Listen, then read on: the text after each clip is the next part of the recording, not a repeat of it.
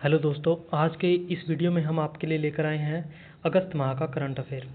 सबसे पहले हम बात करें प्रधानमंत्री नरेंद्र मोदी की जापान यात्रा के बारे में। किसके बारे में? जापान यात्रा के बारे में। कब से कब तक थी? 29 से 30 अगस्त 2025 को।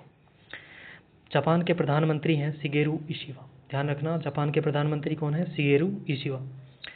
इस यात्रा का मुख्य उद्देश्य था 15वें भारत जापान वार्षिक शिखर सम्मेलन में भाग लेना। प्रधानमंत्री मोदी की इस यात्रा का क्या मकसद था? 15वें भारत जापान वार्षिक शिखर सम्मेलन में भाग लेना, विशेष रणनीतिक तथा वैश्विक साझेदारी को मजबूत करना। दोनों प्रधानमंत्रियों के द्वारा क्या क्या किया गया देखते हैं। टोक्यो से सेंडाई तक बुलेट ट्रेन की यात्रा। कहाँ से कहाँ तक? टोक्यो से सेंडाई तक।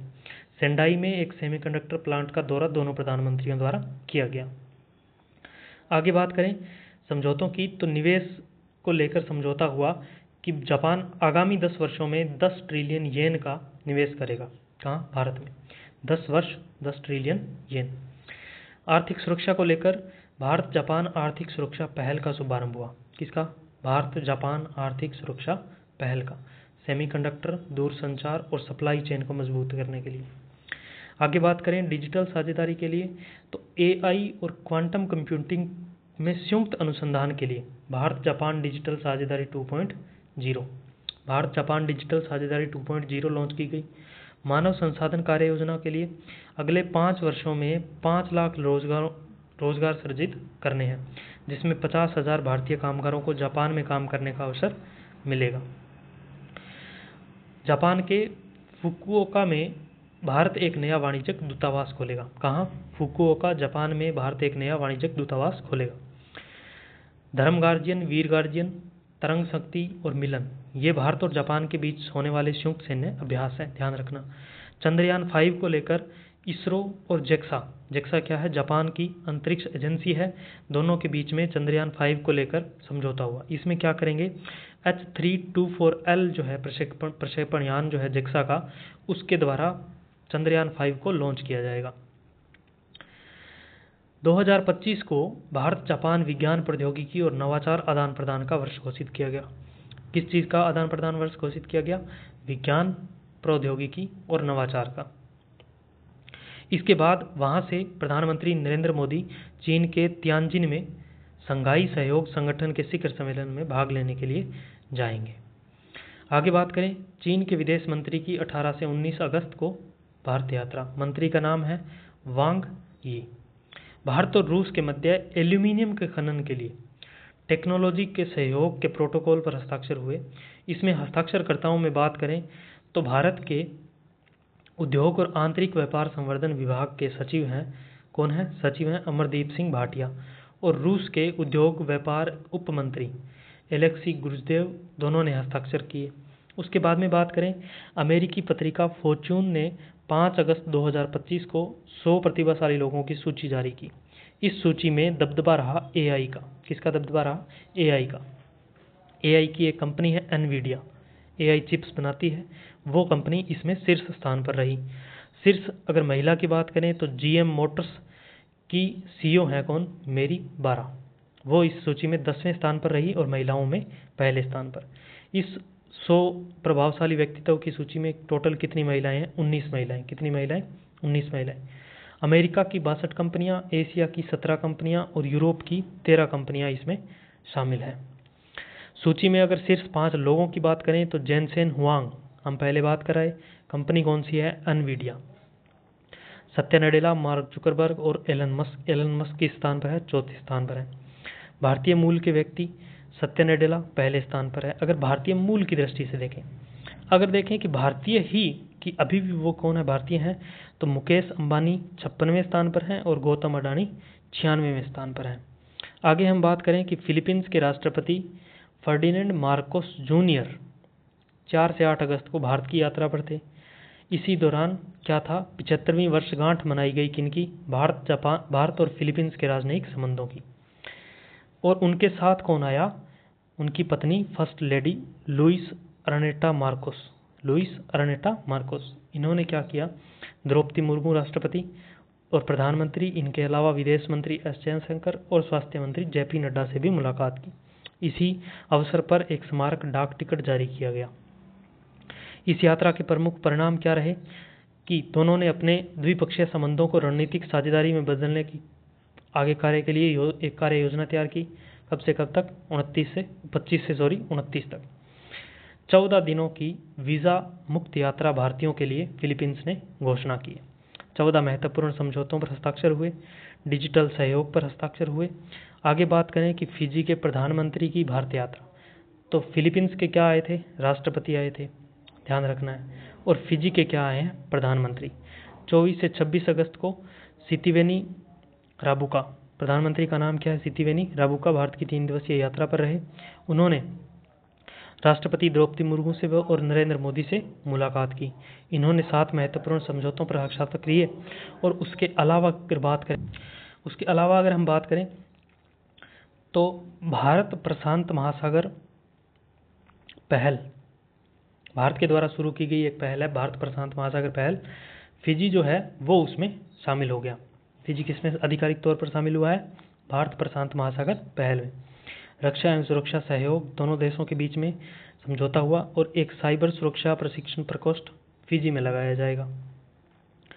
जन केंद्रित पहलों में बात करें तो दूसरा जयपुर फुट शिविर कहाँ आयोजित किया जाएगा? जयपुर में। हील इन इंडिया कार्यक्रम के तहत चिकित्सा सुविधा और भारतीय घी को फिजी के बाजारों में प्रवेश दिलाया जाएगा। ऐतिहासिक संदर्भ की बात करें तो गिरमिटिया मजदूरों के साथ 1879 में भारत और फिजी के जो राजनीतिक संबंध है वो शुरू हुए थे। उसके बाद में अगर हम बात करें कि वैश्विक भूखमरी से निपटने के लिए भारत और विश्व खाद्य कार्यक्रम के बीच एक समझौता हुआ है। समझौते के तहत भारत क्या करेगा कि फोर्टिफाइड चावल जो है वो भूखमरी और कुपोषण की समस्या से जूझ रहे देशों को पहुंचाएगा। इसके लिए जो रूपरेखा तैयार हुई थी वो फरवरी 2025 में रोम में संपन्न एक बैठक में भारत और WFP के बीच यह सुनिश्चित हुआ था कि भारत उन देशों के लिए खाद्य उपलब्ध करवाएगा। फोर्टिफाइड चावल की खासियत क्या है कि इसमें आयरन, फोलिक एसिड और विटामिन B12 जैसे पोषक तत्व मिलते हैं। आगे हम बात करें आर्मेनिया और अजरबैजान के बीच शांति समझौता हुआ कब? 8 अगस्त 2025 को अमेरिका की मध्यस्थता से। अमेरिका की मध्यस्थता के कारण अमेरिका को दक्षिणी काकेशस में ट्रंप मार्ग for international peace and prosperity नामक एक ट्रांजिट कॉरिडोर विकसित करने का क्या मिला है? विशेषाधिकार मिला है। पृष्ठभूमि क्या है कि नागोर्नो काराबाख क्षेत्र है, उसको लेकर आर्मेनिया और अजरबैजान में लगभग पिछले 4 दशकों से विवाद जारी है। आगे हम बात करें कि भारत बना AIBD का कार्यकारी अध्यक्ष।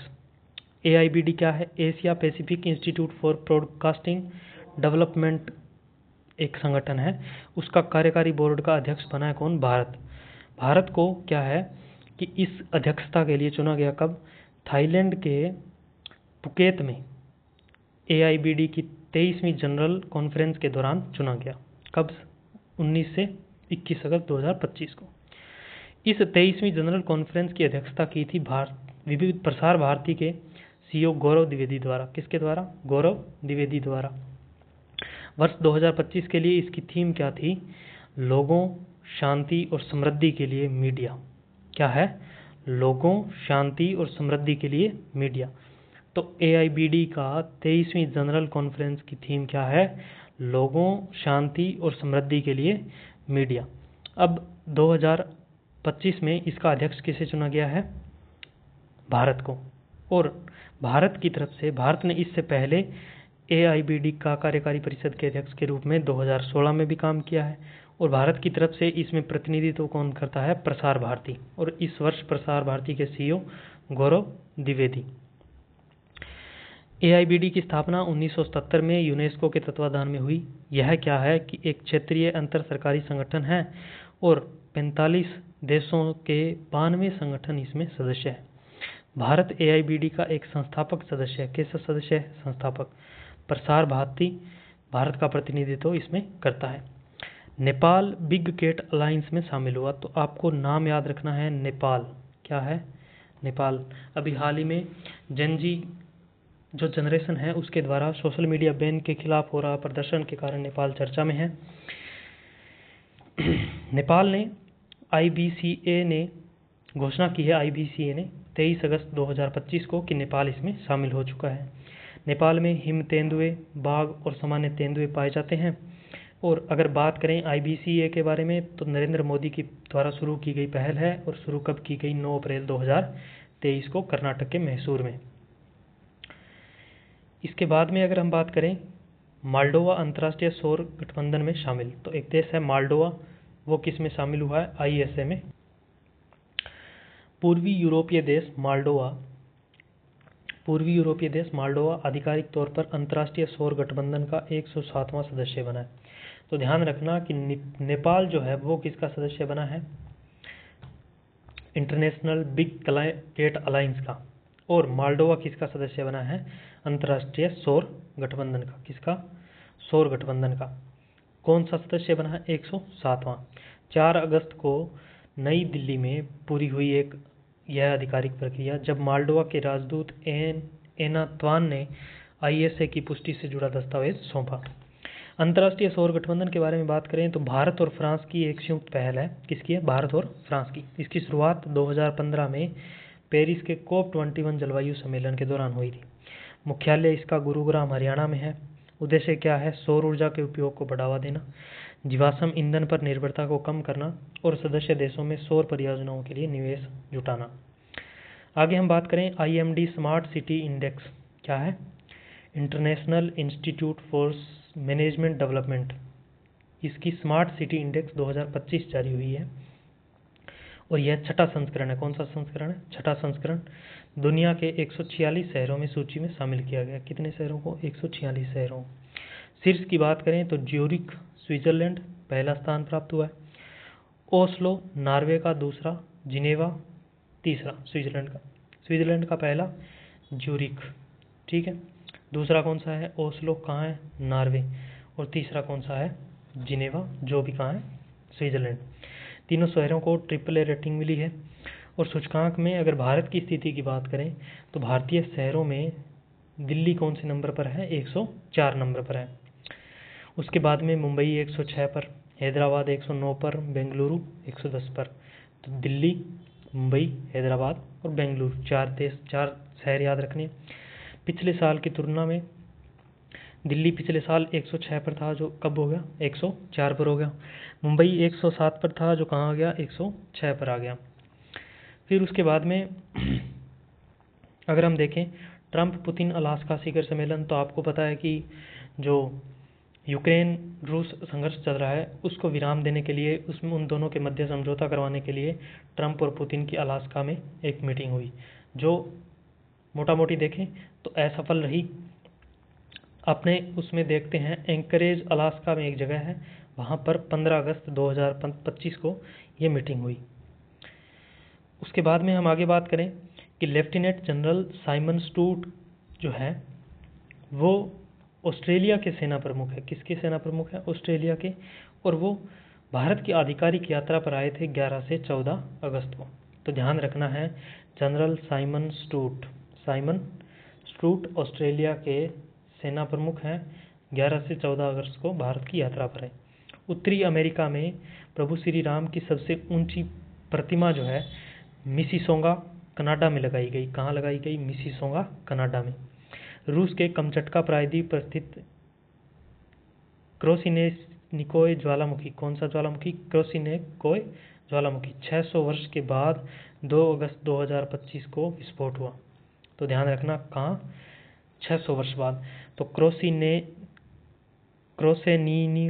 क्रोसिनिकोय ज्वालामुखी, कौन सा ज्वालामुखी है? क्रोसिनिकोय। और है कहाँ पर? कमचटका प्रायद्वीप, रूस में। फ्रांस और ब्रिटेन के बाद G7 के किस तीसरे देश ने फिलीपींस को मान्यता देने की घोषणा की है? तो कनाडा। फिलिस्तीन जो है, आपको पता है कि इजराइल और फिलिस्तीन के बीच में पिछले काफ़ी समय से संघर्ष जारी है। तो उसी बीच क्या है कि फ्रांस और ब्रिटेन, दो पहले ऐसे देश हैं जो फिलिस्तीन को मान्यता दे चुके हैं। उसके बाद में G7 का तीसरा बड़ा देश कौन सा है? कनाडा। भारत ने शिपिंग और लॉजिस्टिक पर संयुक्त कार्यदल गठित करने के लिए सऊदी अरब के साथ समझौता किया है 20 अगस्त 2025 को। धन्यवाद साथियों।